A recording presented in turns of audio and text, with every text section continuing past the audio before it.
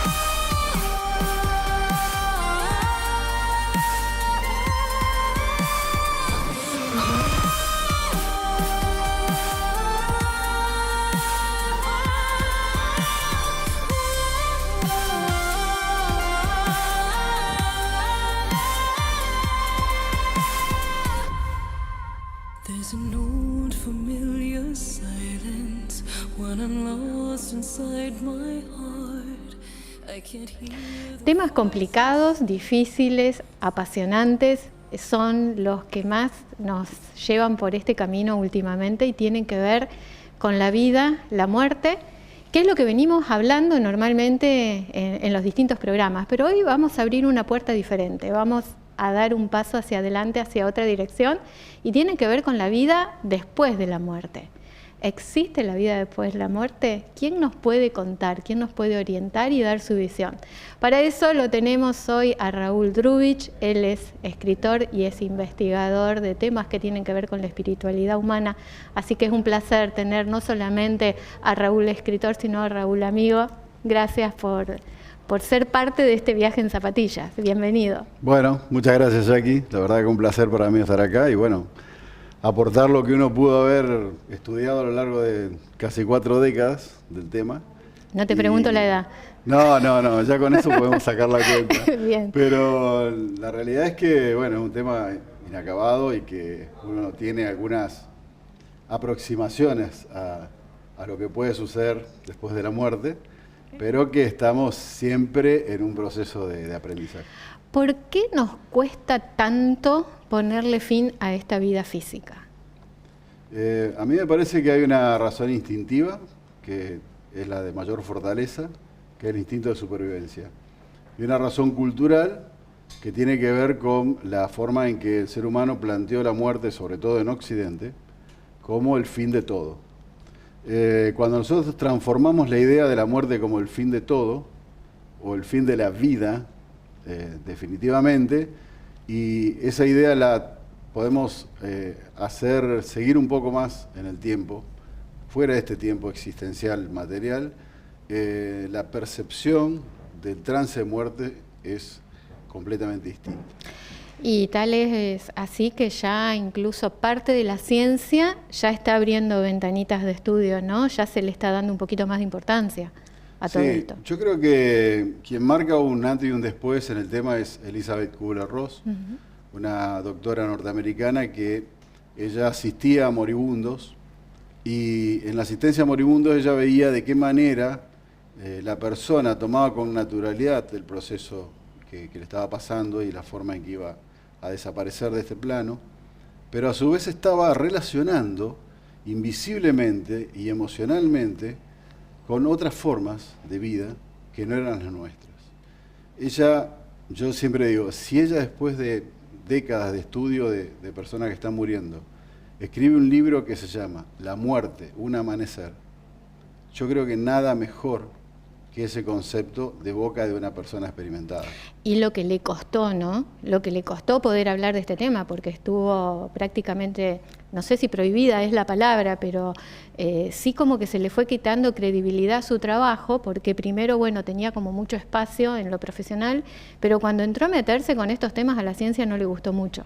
Sí, efectivamente, su vida que está contada en una biografía, en una autobiografía, bueno, muestra que hasta le prendieron fuego a la casa. Claro, exacto. En esa época me sí. acuerdo que fue una de las pioneras en lo que tenía que ver con el tema del SIDA o la peste rosa, como se las conoció en su momento, y ella tenía pequeños albergues donde asistía a las personas con esta enfermedad y bueno, le han llegado tal cual como decís vos a incendiar.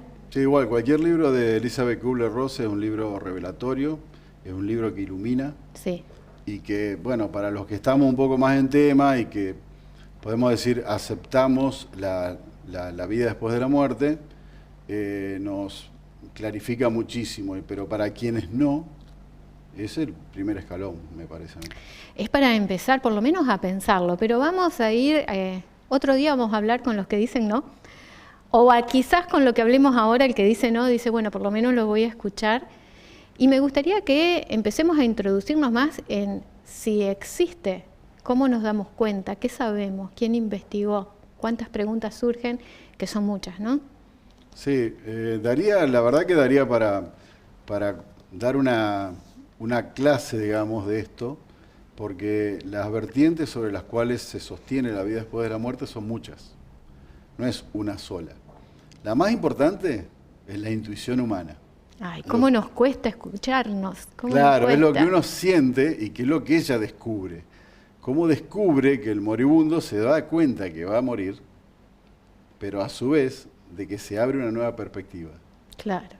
Que eso lo experimenta solamente el que está en ese trance, ningún otro. El que lo ve de afuera lo ve como otra cosa. Y hasta con miedo. Claro. Y después los testimonios más importantes sobre los que la ciencia se apoya son los testimonios de las personas que tuvieron experiencias de cuasi muerte o experiencias cercanas al morir.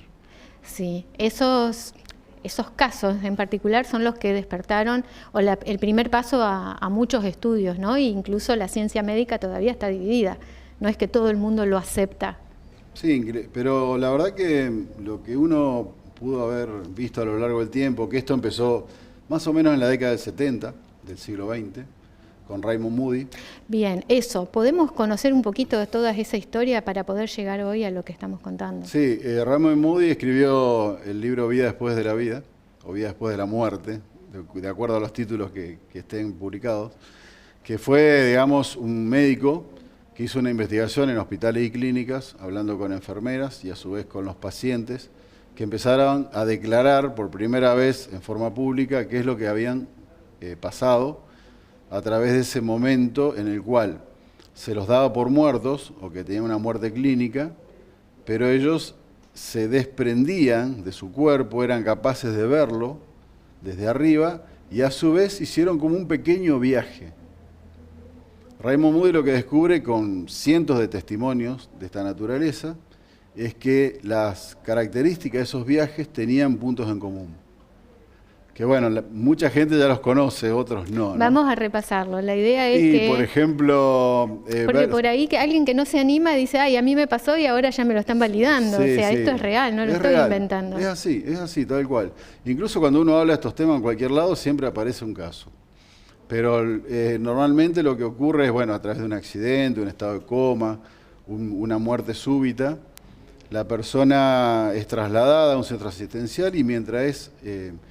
digamos, auxiliado médicamente, empieza a verse desde arriba. Ve su cuerpo que está trabajado por los médicos, que lo están moviendo, que le están haciendo cosas.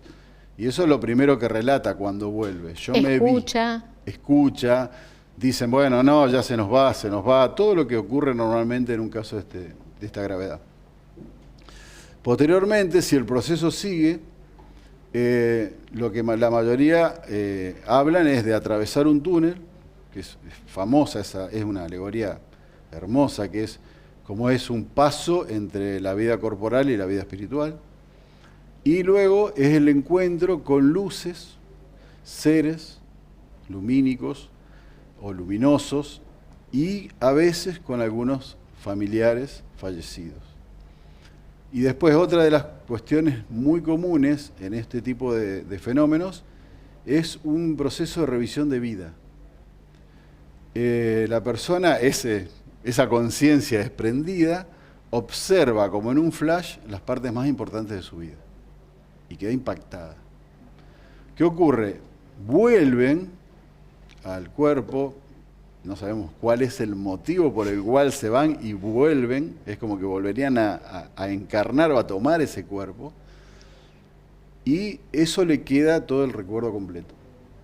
Que si sería una alucinación, no tendrían ni una buena experiencia, no recordarían todo eso. Sí, se rebate científicamente porque las condiciones en las cuales está el cerebro de esa persona en ese momento no estaría en la capacidad de tener siquiera el recuerdo o la memoria de lo que está viviendo. Entonces, es obvio también, que se produce en otro ámbito. Claro, y podemos pensar que entonces el cerebro no es el generador de la conciencia, sino que es apenas un transmisor de algo más que se instala en nuestro cuerpo, digamos, como diciéndolo muy simple. La conciencia se desprende del cuerpo, el cuerpo puede tener un estado cerebral nulo, y la persona sigue percibiendo, escuchando, razonando y viendo. Desde esa perspectiva espiritual, no sé cómo llamarle, de conciencia astral, pero sigue su vida. Es decir, si es una prueba sobre la vida después de la muerte, yo creo que sí, que es una de las pruebas más sólidas de la vida después de la muerte. Y más impactante para todas las personas. Yo conozco una sola persona que ha transitado por esto, la conocí hace 10 días atrás, en todos estos años de trabajo. Uno siempre espera, uno cree, lee y se contacta con gente que sabe que lo hace de manera cierta, pero vos tenés la ilusión siempre de encontrar a alguien que te lo cuente en primera persona, y bueno, encontré una persona que obviamente todavía está en un estadio donde no lo cuenta, simplemente que tuvimos unos segundos donde pudo hacerlo, y es tal cual como vos lo decís, pueden cambiar algún que otro detalle, pero la esencia de lo que pasa es exactamente lo que terminás de contar. Sí, incluso lo más llamativo de toda la fenomenología de la experiencia cercana a la muerte es la transformación. Claro. Que es algo que realmente es increíble. ¿Sos más bueno? ¿Te volvés más bueno a después? veces se ponen más malos. No. ¿Por qué? Porque en el sentido de que la persona despierta a otra naturaleza de la vida. Y a veces no condice con la que era anteriormente. Y ¿De eso verdad es muy esto te lo puede...? Yo no lo había escuchado, sí, honestamente. por ejemplo, las personas que, no sé, dedicaban mucho tiempo a su trabajo o a la vida material o a obtener cosas, cuando vuelven tienen un desapego muy grande. Entonces ahí ya se estructura como un desfasaje enorme entre ese yo o ego que regresó de esa experiencia y el anterior. La persona tiene que hacer todo un proceso de readaptación, incluso con relaciones laborales, relaciones personales, amorosas. Realmente está dentro de otro. ¿Cómo volvés a encajar en ese mismo lugar, no? Claro, una cosmovisión muy distinta. Y no, otra de las cosas que pensaba con respecto a este tema tiene que ver con las visiones de fin de vida, ¿no? Que también pueden ser, yo estoy convencida de que lo son, pero bueno, doy espacio a que pueda no serlo también, que es esa gente que nos viene a buscar, ¿no? Que podemos ver incluso hasta un año, me ha pasado hasta un año antes de la muerte de alguien, que la persona que está muriendo no tenga miedo de morirse, tenga miedo quizás al sufrimiento, que le tenga miedo a un montón de otras cosas, pero no tiene miedo a morirse. El miedo a la muerte lo tenemos los que estamos quizás al lado, porque cuando nos empieza a decir que estuvo con fulano mengano y esa persona murió hace ya mucho tiempo, nos da como esa impresión o esa cosita, pero si vos prestás atención a esa persona, está sumamente tranquila que está compartiendo tiempo con esta persona que ya murió. Sí, hemos compartido algunos casos de fenómenos donde la revelación que hace la persona que está en ese trance de morir, la revelación que hace sobre la visita de un familiar es increíble, porque en muchos casos manifiesta la visita de un familiar del cual no tenía conciencia de que había fallecido.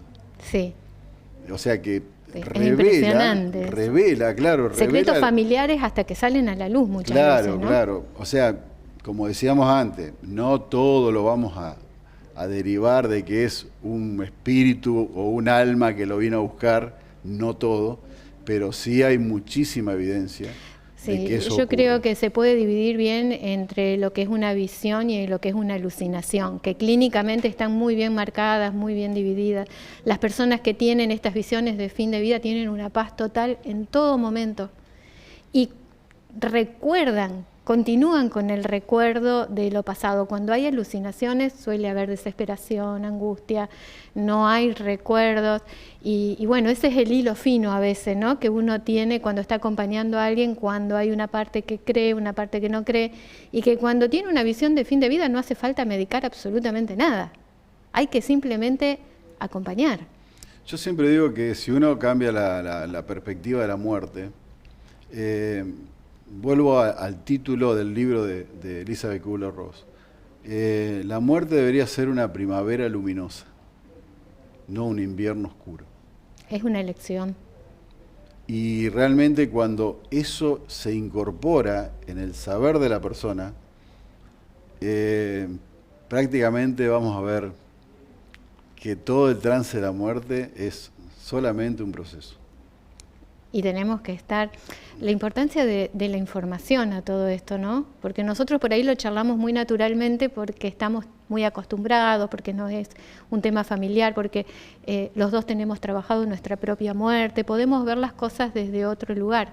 Pero cuando por ahí uno no se permitió tener este tipo de gimnasia, a mí me gusta ver esto también como una gimnasia espiritual de alguna manera. Le dedicamos mucho tiempo al cuerpo físico, con los maquillajes, con el gimnasio, nos vemos fantásticos, pero no estamos todo el día maquillándonos ni todo el día en un gimnasio, le dedicamos un momento. Si pudiéramos hacer eso mismo con nuestro propio espíritu, ¿cuán diferente sería todo este desarrollo que vos estás contando? Sí, así es, así es. Incluso cuando uno incorpora este tipo de ideas, se incorpora con mucha naturalidad al pensamiento, porque es como decíamos al principio, el primer valor es la intuición. Y ni bien uno abre el campo a ese conocimiento, la intuición confirma precisamente que estamos en el camino correcto, que la vida es un acto de transformación, como el nacimiento lo es, la vida también, la muerte también. Son actos de transformación de la vida entre distintos niveles, digamos, de existencia. Raúl, me encantaría seguir hablando y lo hacemos normalmente. Acá tenemos mucho menos tiempo, no significa que no vamos a tener otro encuentro, pero antes de irnos me gustaría que nos compartas tus libros, porque sé que escribís, que investigás, y bueno, que compartamos qué es lo último que escribiste, dónde lo podemos conseguir, y bueno, si hay algún otro proyecto, si hay algo que tengas en mente. Sí, yo con respecto al tema, yo hace muchos años que estoy, digamos, en un proceso de reedición, digamos, de las ideas acerca de la vida después de la muerte, y escribí este ensayo que se llama La frontera incierta. ¿A dónde lo podemos que mostrar? tiene, Si me dicen... ahí creo que se ve. Ahí está. Tiene como motivo una cuestión de algo personal, ¿no? Como una forma de reverme y rever el proceso de la vida después de la muerte y el proceso de la relación que los seres humanos tenemos con esas almas o espíritus que ya se han ido. Básicamente trabajé sobre esa idea en este libro. Por eso se llama La frontera incierta, porque, como dijimos al principio, estamos todavía con una gran incertidumbre acerca de lo que sucede realmente después de fallecer. Y digo acá que solamente el que puede testimoniar eso es el que murió. Y como nosotros no morimos, no podemos testimoniarlo. Y lo hacemos a través de suposiciones o investigaciones. Y confiando en la gente que murió, pero volvió después de esas experiencias cercanas a la muerte, que ahora se le dicen también experiencia de muerte real. Pero bueno, confiamos en que no pueden ponerse de acuerdo tanta cantidad de personas que no se conocen entre sí, historias en distintos lugares del mundo y que bueno, que forman parte de... Y de miles de testimonios que son lo que ya se llama el testimonio natural o cotidiano o doméstico, de percepciones concretas del fallecido después de su muerte, por parte de familiares o de otras personas. Vamos a seguir hablando porque esta es otra puerta nueva que podemos abrir. Correctamente. Gracias, Raúl, por acompañarnos. Un placer, Jackie. Nosotros ya volvemos. Pausa y te contamos quiénes son las empresas que confían en nosotros.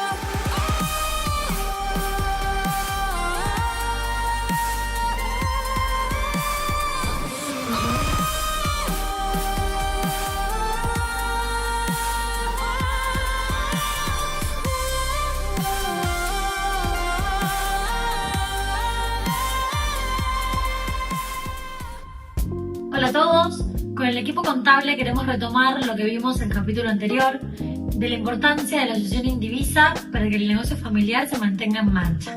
Hoy lo que vamos a hacer es profundizar en qué pasa cuando el sistema judicial avanza y el juez dicta la declaratoria de herederos. Este es un momento bisagra, es el punto en el cual la asociación indivisa empieza a desaparecer y retirarse para que cada heredero o sucesor sea dueño formal de su parte. Una pregunta que nos hacen siempre es: ¿qué sucede ahora con el terreno que heredé, la casa, el auto? Es fundamental entender que recibir una herencia es un movimiento de bienes que se encuentra totalmente justificado. Esto quiere decir que el día de mañana no se va a pagar ningún impuesto por los bienes que recibimos, pero sí es muy importante que se ingresen de forma prolija al patrimonio de cada persona. ¿Para qué? Para que si el día de mañana uno tenga que disponer de esos bienes o venderlos, se encuentren justificados ante el fisco y no haya un aumento patrimonial injustificado. Repartidos los bienes y presentadas las restantes declaraciones juradas de impuestos, se procede con el último paso, la baja definitiva del quit. Este es un trámite en el cual se le informa a ARCA sobre la conclusión de la sucesión indivisa. Nuestro trabajo desde el estudio contable es asesorarlos en cada paso de este proceso. Desde ya, muchas gracias, nos vemos la próxima. Muchas gracias a los chicos de Blatter y Asociados por seguir acompañándonos. Y ahora vamos a compartir un video de Luján Comas. Ella es una médica anestesióloga y especialista en reanimación que nos va a contar un poquito sobre su trabajo. En un paro cardíaco, el cerebro deja de recibir sangre y a los pocos segundos el cerebro cae en inconsciencia. Es decir, que aquello que nos habían explicado de que el cerebro era el productor de la conciencia, en ese momento sabemos que no hay conciencia. Y nos hemos encontrado en los hospitales, en esos paros cardíacos registrados allá, que hay un porcentaje entre un 10 y un 25% de las personas reanimadas de ese paro que te explican que tienen una conciencia mucho más plena que cuando eran conscientes. Claro, eso nos desmonta todo aquello que hemos estado estudiando y todo aquello de que el cerebro era el productor de la conciencia. Posiblemente sea que utiliza la conciencia. ¿En qué cambia la vida cuando alguien experimenta una experiencia cercana a la muerte, una ECM? Es una experiencia absolutamente plena. No todo el mundo tiene los mismos ítems según la escala de Grayson, pero puedes salirte de tu cuerpo, puedes ver el cuerpo que están reanimando, puedes ver lo que está pasando en otras habitaciones, puedes ver a personas fallecidas y sobre todo lo que más dice todo el mundo es ese amor tan impresionante que no hay palabras para repetirlo. También pueden ver toda su vida de manera retrospectiva, pero no como ellos, sino lo que han hecho a otros y sentirlo como propio. Esas personas tienen un cambio en su vida impresionante cuando empiezan a contarlo. Cambian de valores, cambian de significado de la vida, buscan ayudar al prójimo, buscan más lo espiritual que lo material. En fin, un cambio de vida muy importante. Siempre nos han dicho que el cerebro genera la conciencia, pero creo que estáis diciéndonos que la conciencia es previa al cerebro. El paradigma materialista es que el cerebro es el productor de la conciencia, entonces cuando se acaba el cerebro ya no hay nada. Pero estamos viendo que eso no es así. El cerebro podría ser esa interfaz entre esa conciencia universal o conciencia uno y la conciencia individual. La conciencia es previa a todo lo creado. Bien, de alguna manera lo que estábamos mostrando aquí, dábamos fe y resumen todo lo que veníamos hablando en el bloque anterior con Raúl, ¿no? Como parte de la ciencia ya le está dando tiempo y espacio a estudiar estos temas y a buscar realmente distintas situaciones, distintos casos, como para ir a fondo y empezar a hablar de estos temas ya sin miedo. Uno como que a veces espera que la ciencia sí o sí dé el primer paso, como para uno no sentirse tan solo cuando está hablando de todos estos temas, ¿no? Exactamente.